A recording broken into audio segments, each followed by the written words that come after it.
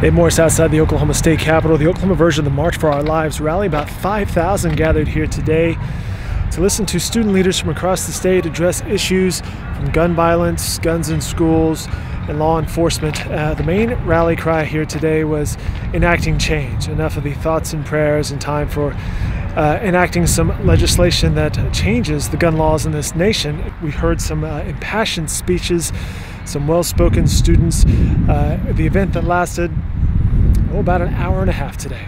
We're here because, you know, for so long as youths and as kids, we haven't really had a voice in legislation or in change. And the reason why we're here today is to prove and to show that a resounding chorus of voices are stronger, especially with the kids and the adults combined together, can really make a clear and effective change for what we hope to see in the world. We should protect kids instead of guns because they have lives and they're the future.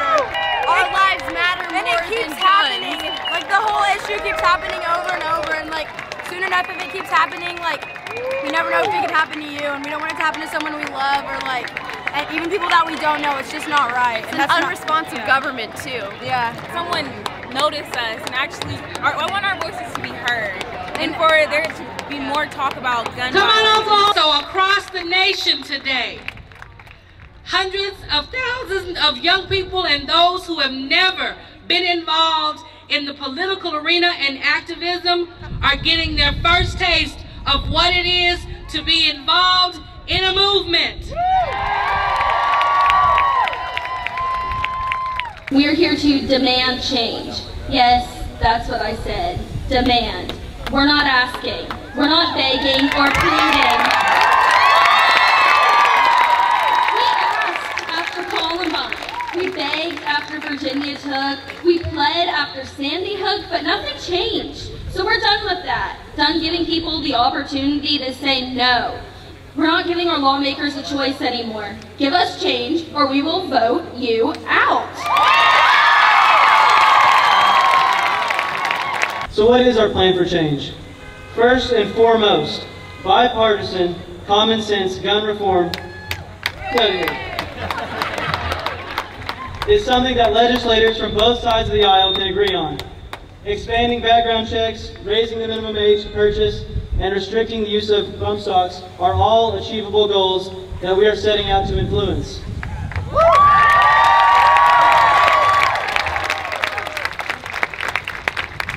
Filling out 3 extra papers on a background check is well worth the lives of 17 in Parkland, 13 in Columbine, 27 in Sandy Hook, and many others around the nation. How many deaths will it take for us to realize that something must be done? How much blood must stain the very soil of this nation before our legislators act? How many deaths will it take before we understand that a weapon with the word assault in front of it doesn't belong in the streets, let alone near a high school?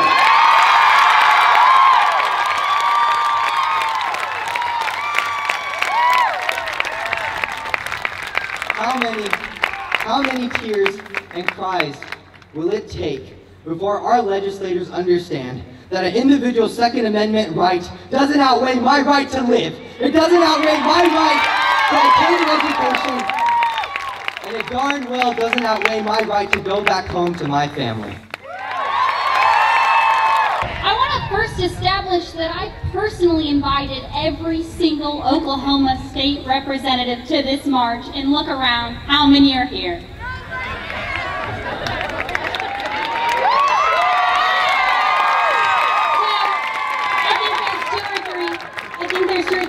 So recognize that those that did come. I just wanted to establish that it's pretty hard to represent a group of people when you don't show up to the platforms in which they're making their voices heard. It's obvious the sound of our shouts and we are being gunned down in our study halls or our calculus classrooms or at our lockers is insufficient. So I'm asking you to do something more than posture today at a march, even though this is an amazing community gathering. I'm asking you to continue at the ballot box and to vote out every single man and woman, mostly white men though, who sits in that session and decides that my life is not worth protecting. Thank you. hope again, and it came in the form of high schoolers. You are what we've been waiting for. You have turned the tide for gun reform, and I know that you won't stop there. Thank you for lending your voice and helping us in this fight for justice. But know that you will never be alone. We will be right next to you every step of the way, fighting every bad guy with an assault weapon.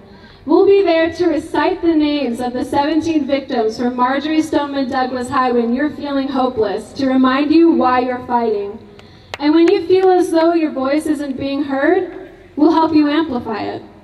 But let me tell you one thing. You will never be underestimated again. I'm going to end this speech with a quote from Wonder Woman. I used to want to save the world, to end war and bring peace to mankind. But then, I glimpsed at the darkness within their light.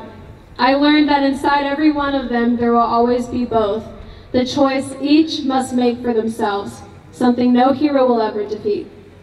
I've touched the darkness that lives in between the light, seen the worst of this world and the best, seen the terrible things men do to each other in the name of hatred, and the lengths they'll go to for love. Now I know, only love can save this world. So I stay, I fight, and I give for the world I know it can be. This is my mission now, forever. Thank you. Mental illnesses, anxiety. You know what causes my anxiety? Going to school my whole life being scared that there might be a gunman in a second. Practice in lockdown drills. The teacher searching you, hiding you so you don't alert a shooter. Re-practice hiding from a murderer. But it seems the legislator doesn't see the big picture right now.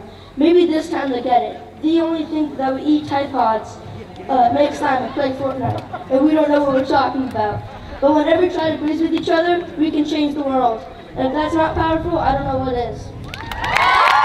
This doesn't come down to being red or blue or liking or disliking politics.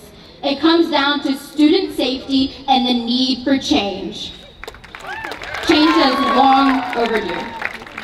The duty of our elected officials is to represent the wants and the needs of the people, something they are not but need to be doing. This is a time for democracy. The goal of any program, organization, or institution should not be to stay the same. It should be to progress, to become better than it was yesterday, something we as a state, as a nation, are not but need to be doing. I also want to thank the amazing team that I got to work with, and they let me be a part of something like this. Everyone here is united under the same goal, and we all share the same priority, our students and our schools. We will not let fear silence us. We have been heard today, and we will continue to be heard until we know that our schools are safe places for the children of Oklahoma and the children of America.